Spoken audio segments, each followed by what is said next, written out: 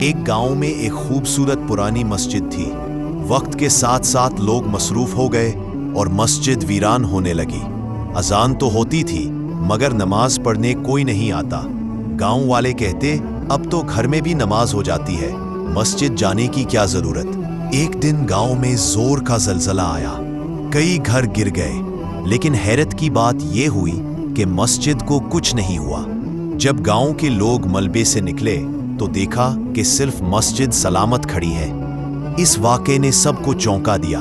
بزرگ نے روتے ہوئے کہا، ہم نے جس جگہ کی قدر نہ کی، اللہ نے ہمیں دکھایا کہ اصل پناہ وہی ہے۔ اس دن کے بعد گاؤں کے لوگ مسجد کی طرف پلٹ آئے، باجماعت نماز ہونے لگی، مسجد آباد ہو گئی اور لوگ سمجھ گئے کہ مسجد صرف عبادت کی جگہ نہیں بلکہ اللہ کی رحمت کا مرکز بھی ہے۔